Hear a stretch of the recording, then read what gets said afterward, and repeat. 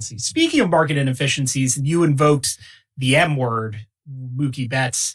I hear you have strong opinions about what the Red Sox are doing and the competitive curve that they're on, I guess. So far be it for me to pass up a Zach Kram rant because they only happen so often. So take it away.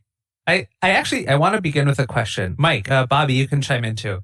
Do you remember, did Boston win the World Series in 2018? Because I remember being there at Dodger Stadium, the confetti falling, Steve Pearce. That happened, right? I'm not hallucinating that the Red Sox won 108 games in the World Series just a few years ago. Steve Pearce might have been a collective national hallucination, but yes, I do believe that the Boston Red Sox did win the World Series. Steve Pearce, the originator of the boxy South Carolina first baseman tradition. He made our first baseman thick, and that carried on for Justin Smoke and LB Dantzler and Christian Walker. So Steve Pearce needs a little bit more respect on this podcast, I think. So the reason I asked this question is because there's been a spate of stories, a spate of discussion over this Boston playoff run about how now they're on the right track after the lost Dombrowski years that didn't set them up well for the future. And I feel like I'm losing my mind because under Dave Dombrowski, they had one of the best seasons in MLB history. They won 108 games, and then in the playoffs, they beat the Yankees, they beat the Astros, and they beat the Dodgers without ever losing more than a game.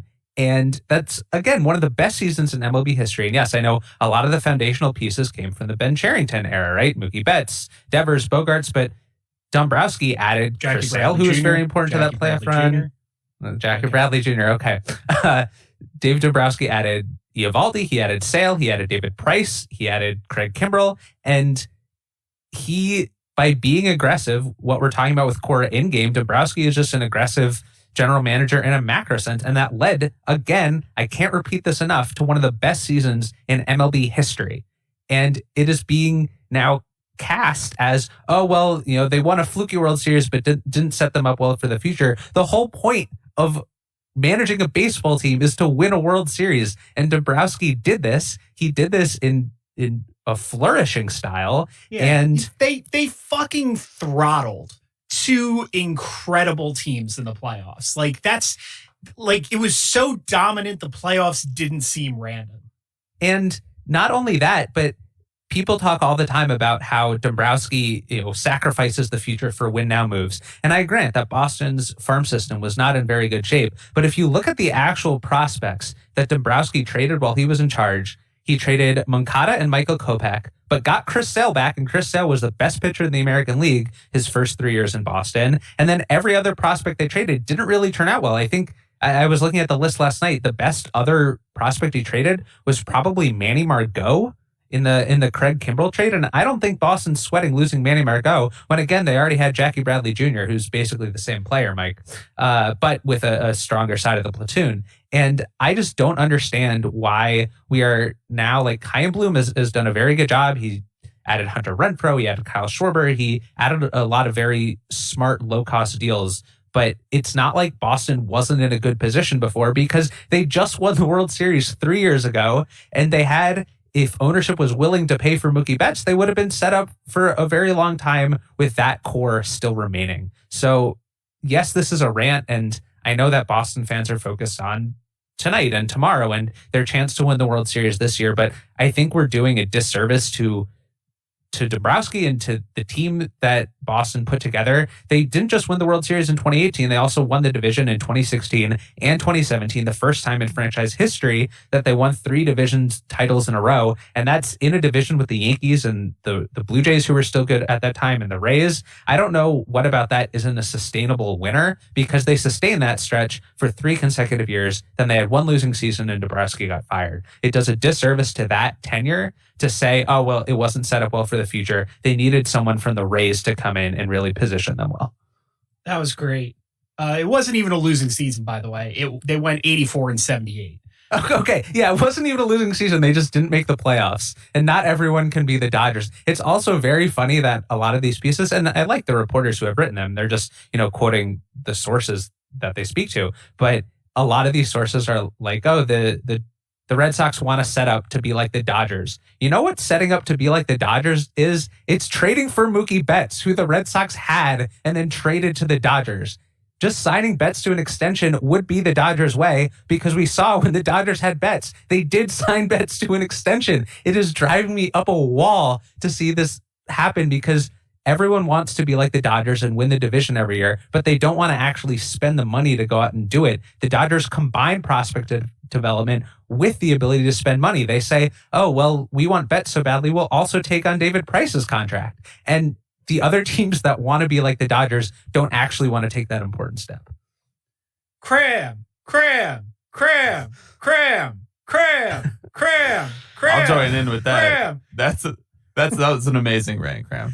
I think that you alluded to it at the end, but it really is Ray's front office creep. Like Ray's brain front office creep into the media, where it's actually not about the success that you're describing. 3 straight divisions and winning the World Series. It's about doing it in the most efficient way possible, but efficiency is only judged by money in that equation, because it's the only publicly available data that we have. It's not Ray's front office creep, because who's running the fucking Dodgers? And same in Houston. Houston's general manager also from the Rays, and Houston probably is not going to re-sign Carlos Correa after they didn't re-sign Garrett Cole. Justin Verlander will probably leave too. And yeah, the Astros have a lot of really, really good players, but if they were going to be like the Dodgers, they would re-sign some of them as well. Yeah, I mean, it's also like the causal error is a little bit backwards there, because it's not Ray's creep into the media. James Click and Chaim Bloom both wrote for Baseball Prospectus. Like, this is going the other way. So,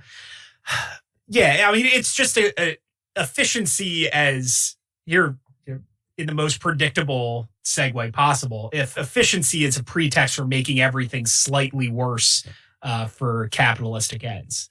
So Dombrowski also, like, Chaim Bloom has done a very good job with low cost pickups this winter, but also, Dombrowski traded for Eovaldi I think he traded Jalen Beeks for him, and he got Steve Pearce for cheap, and then Steve Pearce was the World Series MVP. So it's not like the only players Dombrowski added were Sale and Price and Kimbrel. He also did the alternate methods of adding players too. It's just he did so by signing David Price to a 7-year deal, so that doesn't seem as smart as, I don't know, it's the Craig Goldstein tweet, right? That Billy Beane does 487 things to make the team slightly cheaper but slightly worse, and then the Nationals signed Max Scherzer, and everyone thinks, I don't see it. That's exactly what we're getting with here, just on the level of a franchise over time, as opposed to different organizations. Yeah, and I mean, the Craig's tweet I looked this up a couple weeks ago. The Red Sox payroll is about 15% lower than it was in 2018. And you know what their win total was this year? About 15% lower than it was in 2018. So it's not actually more efficient or sustainable. With that said, I don't mean to shit on the Red Sox before they're actually eliminated, because I like a lot of the individual moves that Chaim Bloom's been doing. I think he deserves a lot of credit, or he and his front office deserve a lot of credit for identifying guys like Kike Hernandez and Kyle Schwarber and putting them in a position to get the best out of themselves. And so, this is a good team, but they had an absolute killer a couple years ago. And every time that they're short a reliever, or that, somebody in the outfield makes misplays a ball, it's in the back of my mind that this team was a lot better not too long ago. It didn't used to have these weaknesses.